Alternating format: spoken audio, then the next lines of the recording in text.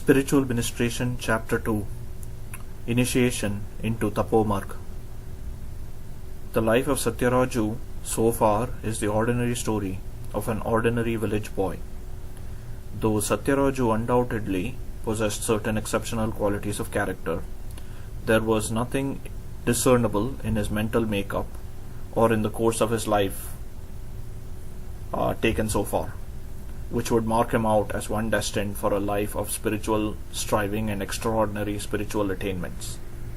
On the contrary, his ambitions and endeavors until now were solely centered around redeeming his family from poverty and on ensuring for them a prosperous future. But fate had decreed otherwise. As subsequent events will show, Satyaraju had come to this world for an altogether different purpose. He was destined to follow the path trod by the ancient seers of Bharatvarsh, for he belonged to that elite company of Mahatmas, Rishis and Maharishis, who have in unbroken succession blessed the sacred soul of our country from the very beginning of time. Those who are interested in astrology and allied sciences would in all likelihood be aware of a remarkable collection of writings on this subject known as the Bhrigu Nadi and the Kumar Nadi. The Bhrigu Nadi is reputed to have been written by sage Bhrigu and is in Sanskrit. The Kumar Nadi similarly is reputed to have been written by Kumar Swami and is in classical Tamil. Both these works deal with astrological predictions based on individual horoscopes, and if the relevant horoscope can be traced, an unbelievably accurate and detailed account can be found in it of the past births, present life and future births of the person concerned. In this context, it is mentioned as a matter of interest that many years later, when the Bhrigu Nadi and the Kumar Nadi pertaining to Satyaraju's horoscope were taken out and read, the Pandits reading them out, as also those listening to them, were alike awed and wonderstruck by the divine personality of him that the horoscope revealed. It is also interesting to note that both the Bhrigu Nadi and the Kumar Nadi corroborated each other. Speaking of the past, the Nadis revealed that Satyaraju had taken 27 earlier births which read like a spiritual who's who. Those former births were Sanaka, one of the four sons of Brahma, Sukha Mahamuni, the son of Vyas, who propagated the Srimad Bhagavatam to Parikshit, Shivadev, Jnaneshwar, Jayanti, Tulsidas, renowned as the author of the Ramcharitmanas, Kabir, the well-known poet saint, Rajabhushan, Namdev, Mahadev, Jayachandra, Mahabala, Nityananda, Bhavananda, Sri Chandra, the eldest son of Guru Nanak, who founded the Udasi sect of sannyasis. This birth is also referred to by Tapaswiji Maharaj, who will be later mentioned in this book. Lahiri Pati, Lahiri Maharaj, the Param Guru of Swami Yogananda. Parameshwar Prasad, Ram Shastri, Guru Arjun Dev, Shivaji, the great king and hero of Maharashtra, Gadadhar, Sri Ramakrishna Paramahansa, Panni Mohan Bhattacharya, and finally the present birth as Satyaraju. Writing about the present birth, both the Nadis accurately describe the initiation into Tapomarg and devote an entire chapter entitled Balayogi Bhava Charitra, which gives a detailed account of the tapasya that Satyaraju would undertake. After completion of this tapasya, the Nadis predict a life devoted to spiritual ministration and spiritual upliftment of all mankind, both in India and abroad. The initiation, Sunday, 7th August 1949. The foregoing account of the Nadis and their predictions has been included as a matter of interest only. The authenticity one attaches to these is a matter of one's personal belief. In any case, at the time we write about all these events lay in the future.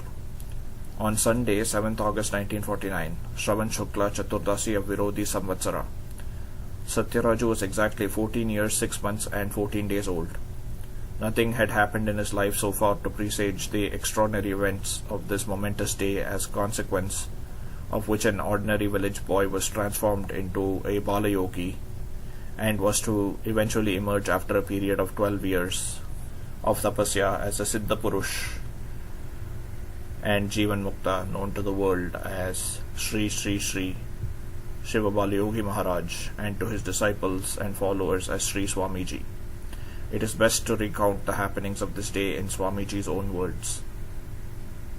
On the day preceding the great event, that is Saturday, 6th August 1949, there was no inkling in my mind of what was in store for me the next day.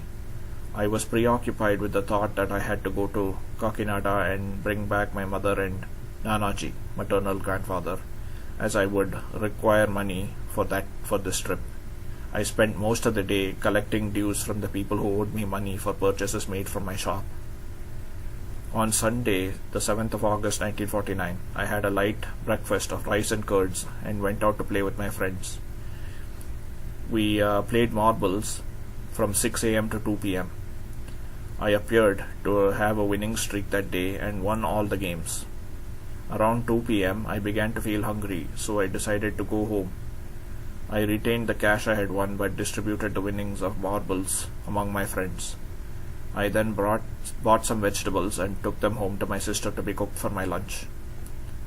While I was waiting for my lunch to be ready, my friend Gangaraju came to my place and suggested that I accompany him for a bath in the Godavari Canal, which flowed on the outskirts of the village. I replied that I was feeling rather hungry and weak, and hence did not feel inclined to go.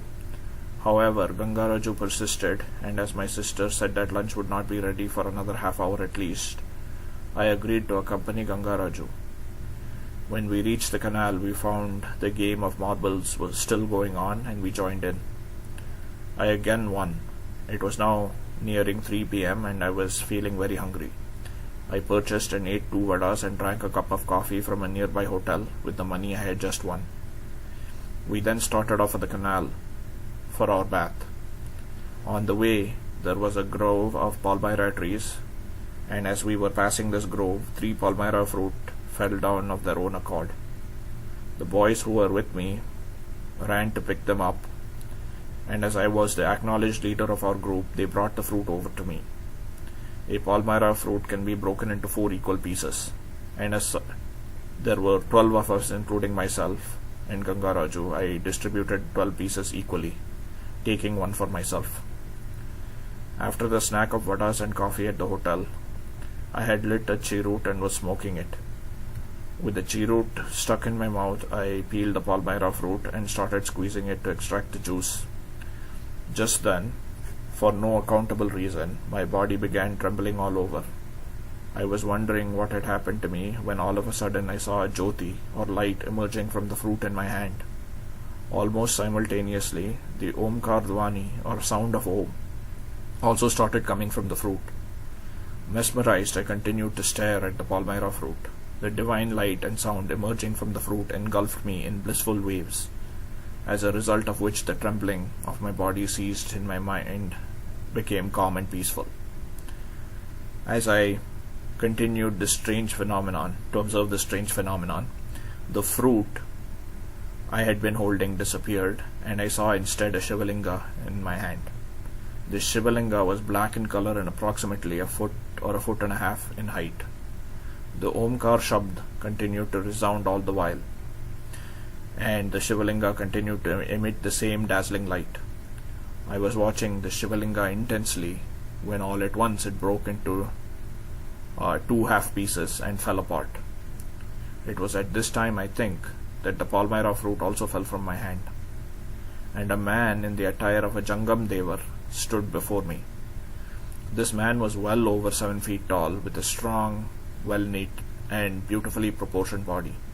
He had a dark complexion and was extremely handsome and attractive, with large and beautiful eyes. His long jata or matted hair worn by yogis was piled up on his head in the manner of the rishis of yore. He had a necklace of rudraksha beads and a small Shivalinga suspended from this necklace, resting on his broad chest. He wore a white dhoti, again in the manner of the old rishis. A bright effulgence emanated from his being which blotted out all other vision. I could only see this yogi surrounded by a bright radiance and nothing else. The yogi spoke to me in Telugu and asked me to sit down. I asked, "Why do you want me to sit down?" But the yogi again repeated his command to sit. So I sat down. He then told me to sit in the Padmasana,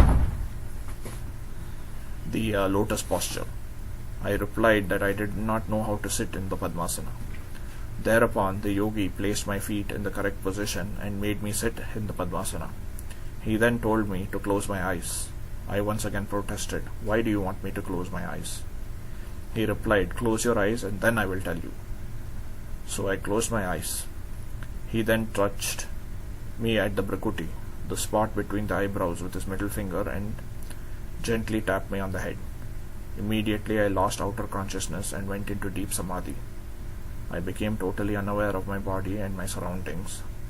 All I could see was the same black Shivalinga that had appeared earlier in my hand, surrounded by dazzling light.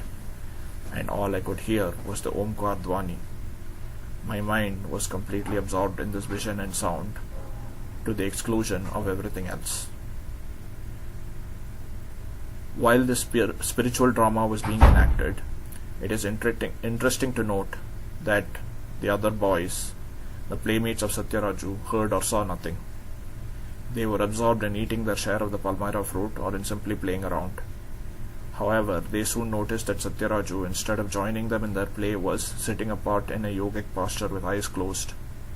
Thinking that he was play acting the role of a sadhu, they first began to tease him, and when they got no response, they became more rough. Some tried to pull him out of his Padmasana posture, while others punched and slapped him. Finding him unmoved, they then smeared the juice of the palmyra fruit and mud brought from the canal all over his body. When Satyaraju failed to react to even this, they carried him bodily to the canal and then put him in the water. But Satyaraju was totally unconscious of all this ill treatment being meted out to him by his playmates, and hence there was still no response from him. By now it became apparent to the boys that this was no play acting on Satyaraju's part, but at the same time they could not make out what came over him. His unconscious and seemingly lifeless condition frightened them. Apprehensive that they might be accused of having caused this condition, they washed off the dirt they smeared on his body and carried him out of the canal and seated him on the canal bund. They then ran home and informed his relatives that something strange and inexplicable had happened to Satyaraju. It will be recalled that Satyaraju's mother and maternal grandfather had both gone to Kakinada. So when the news about Satyaraju's strange condition reached his home, his uncle, accompanied by 4 or 5 other persons, went to the spot where Satyaraju was sitting in samadhi. Bewildered and not knowing what to do, they simply stood around watching him. One among them, a person named Gora Mallanna, ventured to suggest that Satyaraju had been possessed by a ghost or a spirit. In order to exorcise this supposed spirit, he began belaboring the boy with a stout wooden club that he was carrying. In the process, he accidentally struck Satyaraju in the same spot between the eyebrows where the boy's divine guru had touched him. As a result of this blow, Satyaraju's deep samadhi broke and he regained just enough consciousness of his surroundings to realize that some people were standing around him, but that was about all. The vision of the Shivalinga, surrounded by dazzling light, continued as before, and this obstructed his normal vision. He vaguely recognized his uncle among the group around him, and he asked him for a dhoti to put on in place of the shorts he was wearing. His uncle gave him a piece of cloth that he was carrying, and when Satyaraju got up to put on the cloth, 2 among the group caught hold of him by the arms, one on either side, and more or less carried him home. All this while those who had come to see Satyaraju were pestering him with all sorts of questions in order to decipher the strange condition which they found him. Some asked him if he had been possessed by a ghost or spirit, and others asked whether the village deity had possessed him. Some others wanted to know whether he had become a sadhu, but Satyaraju made no reply. He was dimly aware of what was going on around him, and his mind, in any case, was totally absorbed in the divine vision of the Shivalinga that remained continuously in front of his eyes. When the party reached Satyaraju's house, the boy found that his legs had become stiff like wood, and he could not negotiate the veranda steps. So he was carried up onto the veranda, but as they tried to take him inside the house, his legs got stuck on the door. Still, and try as they might, the people who were with him could neither bend his legs nor take him through the door. After futile attempts towards this end, for over an hour, they finally gave up and decided to make him sit down in the outer veranda of the house. Even this they accomplished with great difficulty.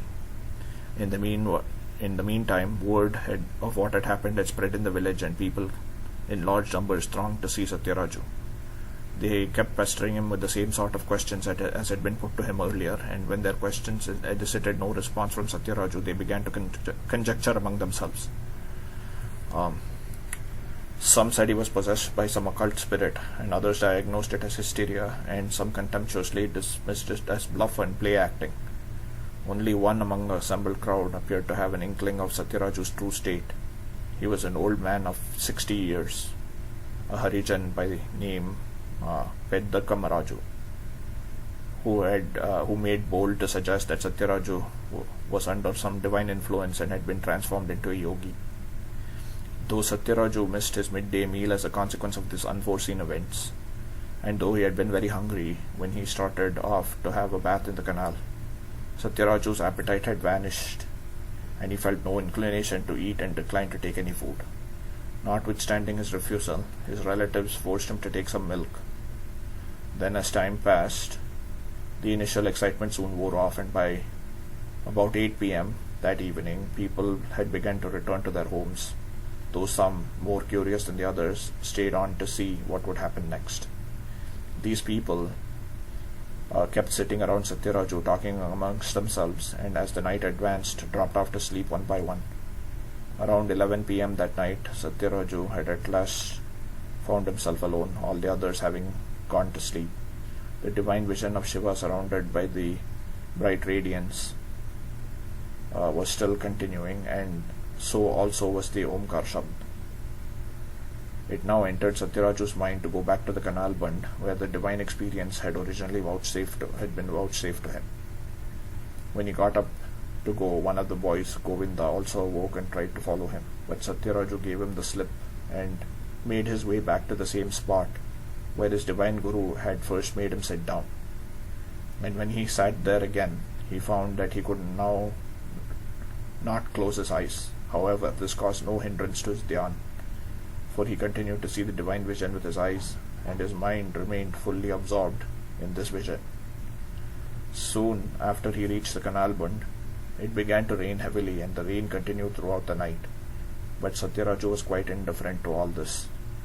Even though he was thoroughly drenched, it did not occur to him to move to some other place where he could get shelter from the rain.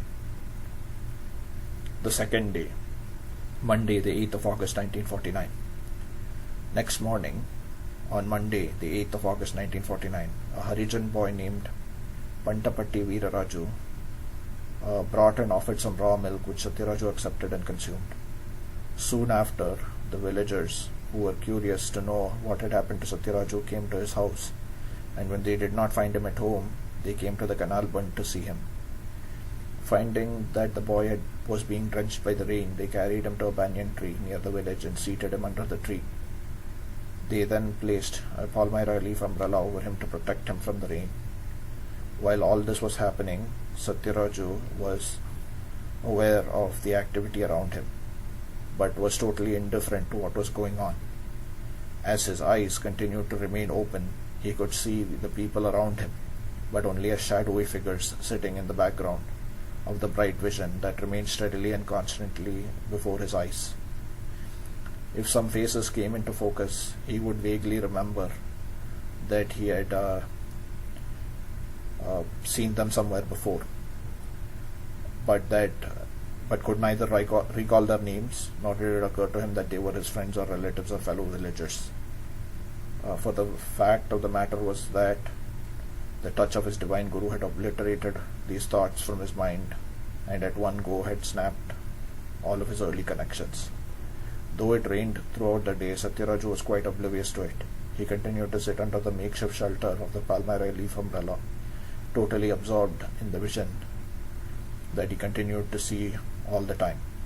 At around 9 p.m. that night, some Harijan boys who were passing by heard the Omkar Dhwani emanating from the spot where Satyaraju was sitting. Not knowing what this strange sound was, they ran and informed the people of the village. Some villagers came to investigate, and they too heard the Omkar Dhwani coming from that direction.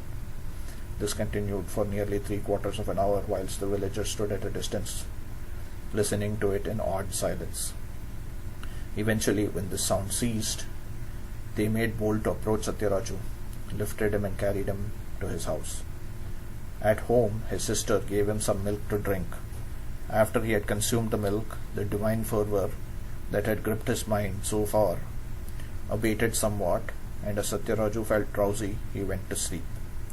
Little did he know that this was the last proper sleep that he was going to have for a long time to come, for during the 12 long years of tapas that followed, Satyaraju hardly ever slept at all.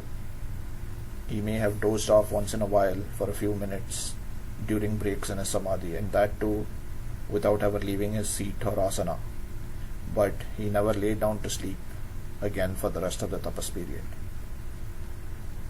Third day, Tuesday, the 9th of August, 1949.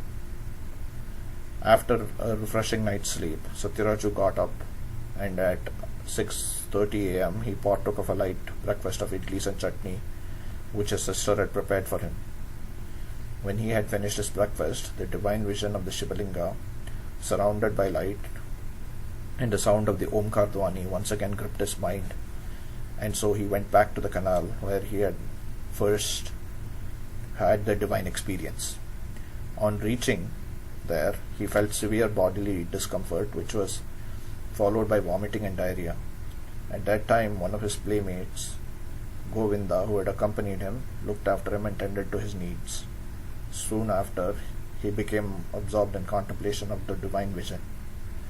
Later that morning, a lady from the village came to where Satyaraju was sitting on the canal bund, and with firm faith that Satyaraju was now a Balayogi or boy yogi, she worshipped him with incense and flowers and made the offering of a coconut. Having finished her worship, she distributed pieces of the coconut as prasad. That same morning, some of the villagers, of their own accord, erected a pandal of palmyra leaves for Satyaraju under the nearby banyan tree. The construction of this pandal was completed by about 3:30 p.m. The same villagers then approached Satyaraju and requested him to sit under the newly erected pandal. Satyaraju agreed to their request and took his seat there. At around 5:30 p.m. that evening, Satyaraju's mother and grandfather returned home from Kakinada.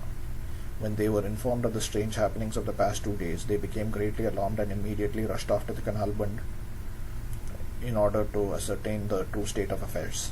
On reaching there, they observed Satyaraju seated under the palmyra leaf pandal beneath the banyan tree, absorbed in samadhi.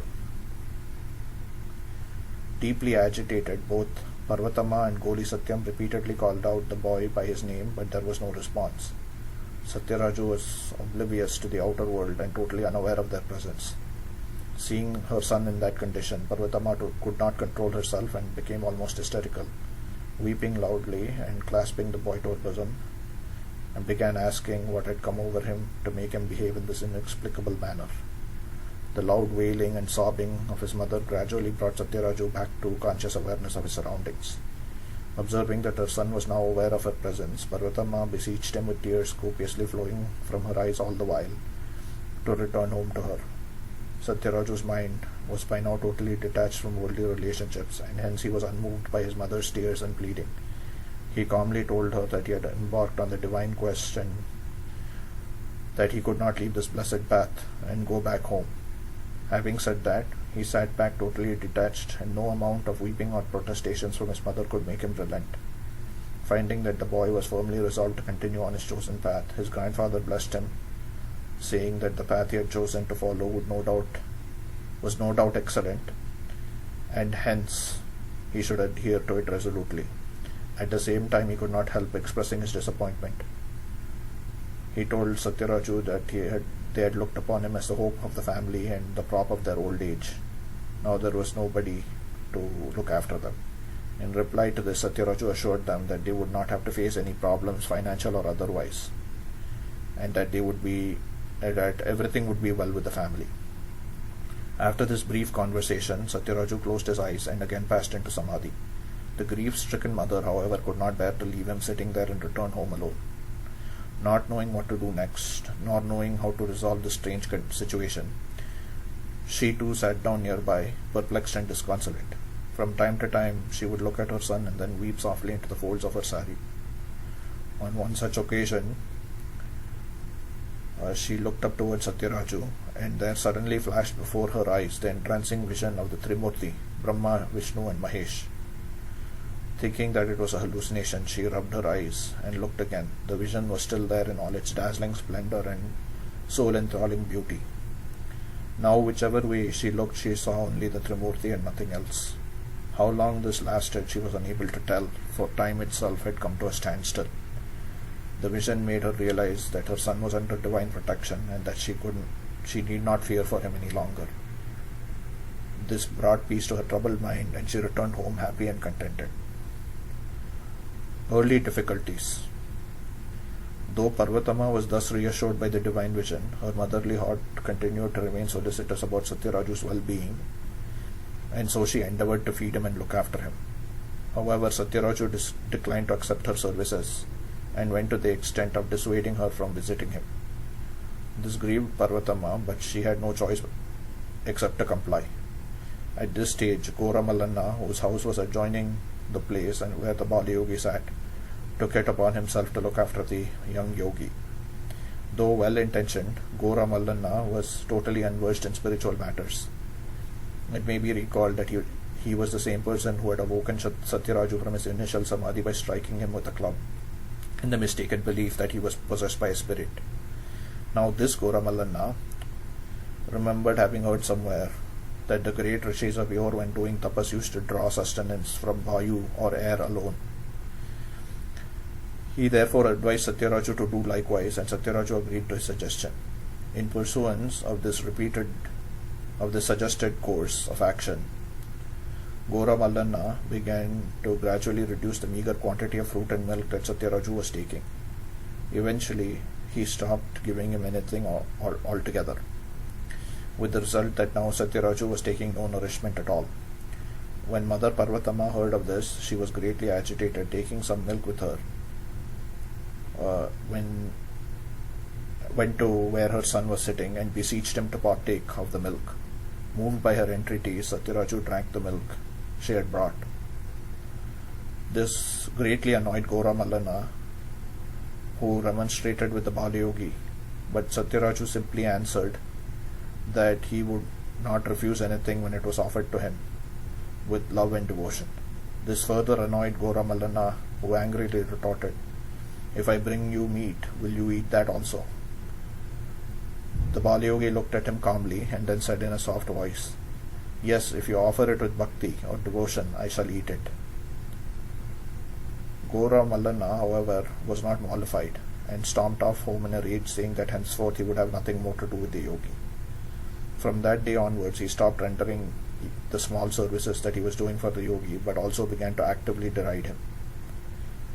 It is a strange but inevitable fact that when an aspirant sets on the spiritual path, he always finds detractors putting obstacles in his way.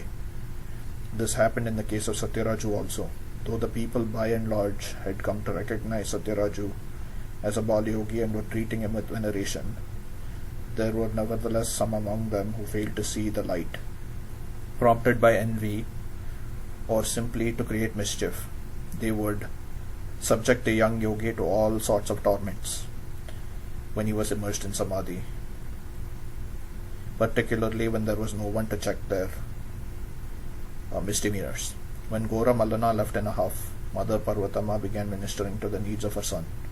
However, she could not remain by his side all of the time, and when she left him to go home, some of the boys who had feared and disliked Satyaraju but had not dared to show open hostility towards him earlier would now creep out and beat him to their heart's content. On one occasion, some particularly venomous individuals soaked a piece of cloth in kerosene, set it alight, and threw it on the Balayogi when he was sitting in samadhi. As Satyaraju was quite oblivious of his body, he neither knew nor felt anything at the time, and so the lighted cloth caused some deep and painful burns in his hands and legs. Disregarding the excruciating pain from these burns, Balayogi continued his tapas as before. When word about this incident spread in the village, one kindly old man prepared an ointment for these burns. He came daily and applied the ointment to the affected parts, even while the yogi sat immersed in samadhi, and then quietly went back.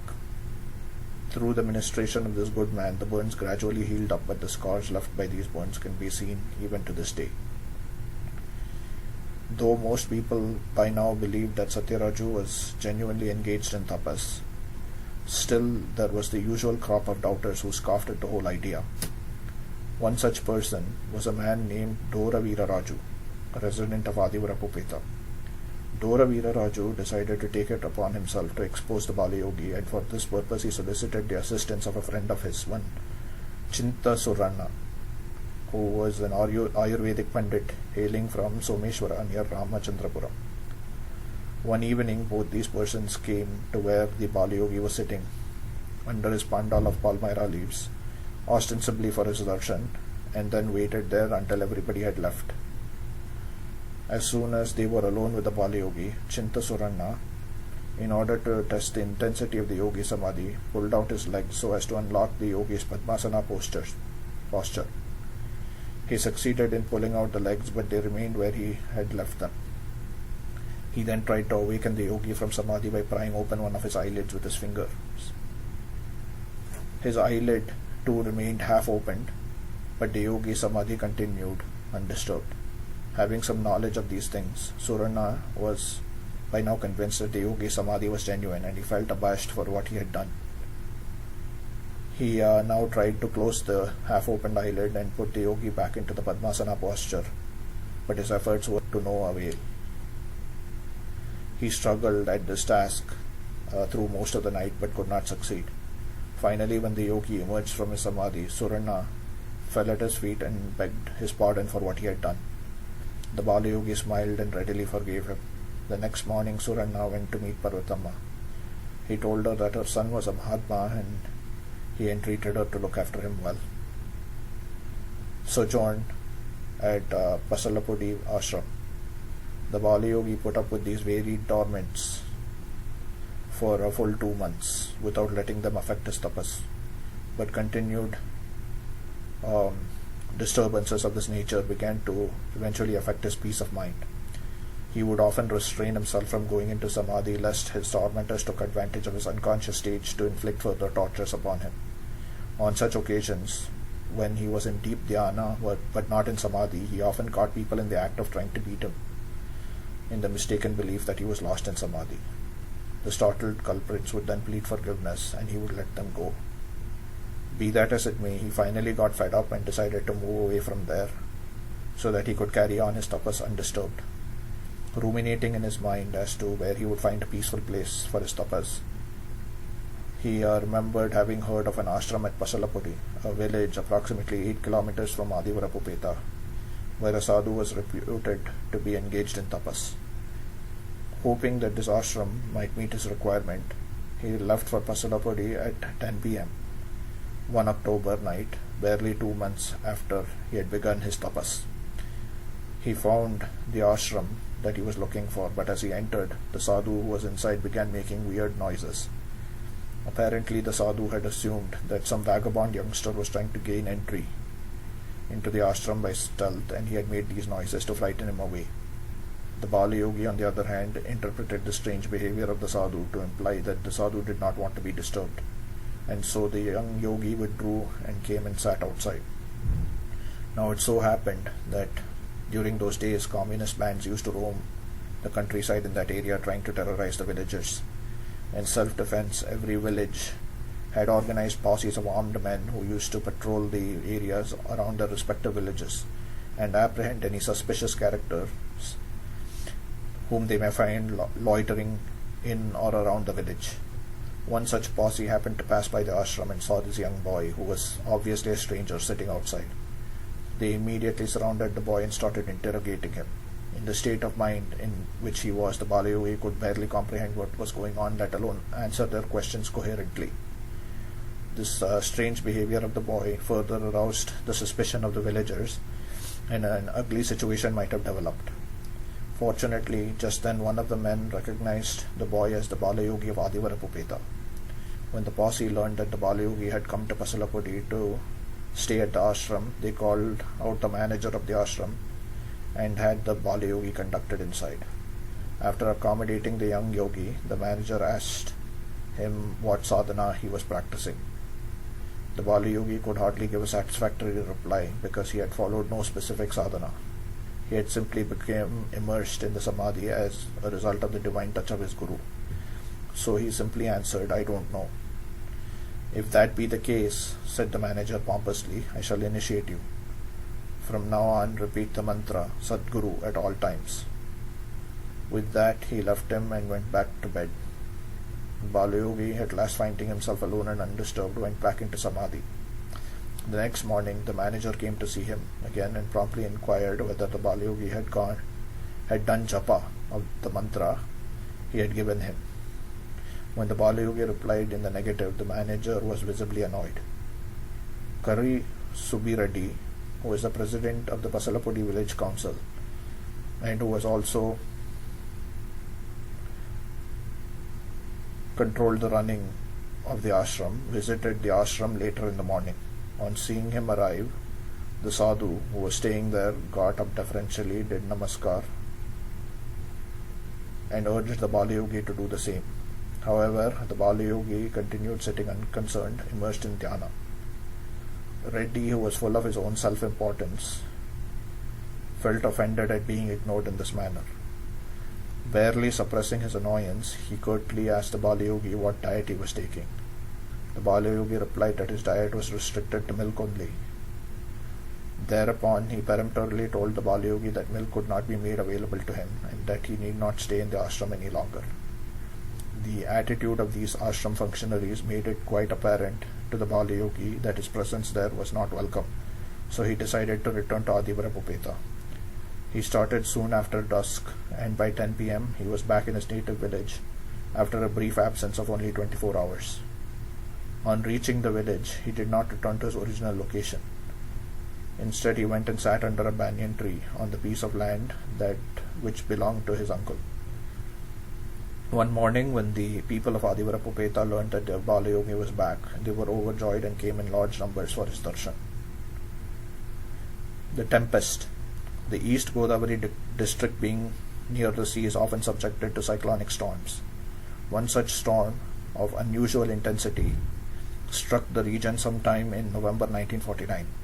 A severe gale, followed by torrential rain, swept across the countryside, starting at about 2:30 a.m.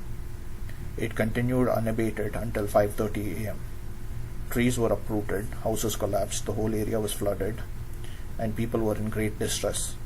In such calamitous conditions, Mother Parvatama naturally feared for her son's safety, and so she ran to where he was sitting, even while the storm was in full swing. It was a rash thing to do, and she narrowly escaped death when a large branch torn off by the hurricane struck her a glancing blow on the head.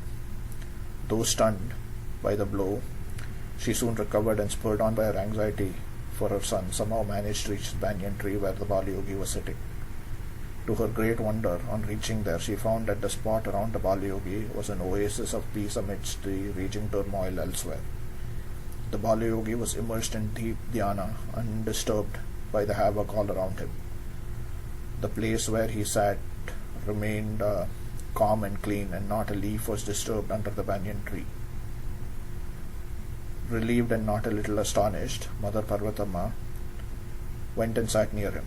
As the storm abated and the day dawned, she discovered in the growing light that swarms of large red ants had taken refuge in the area where the Balayogi sat. The Balayogi's body was also covered in thick clusters of these ants. This greatly perturbed Mother Parvatama, and she started brushing the ants off his body. But the Balayogi told her by a sign not to do so and to leave them undisturbed where they were. Moved to burial ground. The Balayogi continued his tapas under the banyan tree, but once again he found himself the victim of harassment by the children of the village and even by some of the older people who were not kindly disposed towards him. During the day, these people dared not to do anything, as there was a constant stream of visitors coming for the darshan of the yogi. However, they got their opportunity at night when the visitors and those looking after the Balayogi went home, and the Balayogi was left all by himself. He was thinking one day on what steps he should take to get rid of this nuisance, when it occurred to the Balayogi that if he shifted to the village burial ground, these misguided people would be afraid of following him there, particularly at night, and he might thus obtain peace. So on 18th November 1949, the Balayogi shifted the venue of his tapas to the burial ground on the outskirts of the village. His intuition proved correct, because people generally look upon burial and cremation grounds with awe and fear, and try to avoid these places if they can. Because of this fear, no one dared to go near the burial ground at night, and so the Balayogi was thus relieved of their harassment. But this relief was short-lived, for he soon discovered that the burial ground swarmed with insects and rodents who were habituated to feeding on the flesh of the dead bodies buried there. When these insects and rodents came across the Balayogi seated motionless in samadhi for hours at a stretch, they naturally took him to be a corpse and started nibbling at his flesh, causing any number of wounds, particularly in the lower parts of his body which rested on the ground. Then when the Balayogi went for his daily bath in the canal, the fish in the water would nibble at these open wounds. In effect, what it amounted to was that through the shifting his location, he found relief from the mental harassment caused by the mischievous boys, but he had to pay for it in physical suffering caused by the insects, rodents, and reptiles inhabiting the burial ground.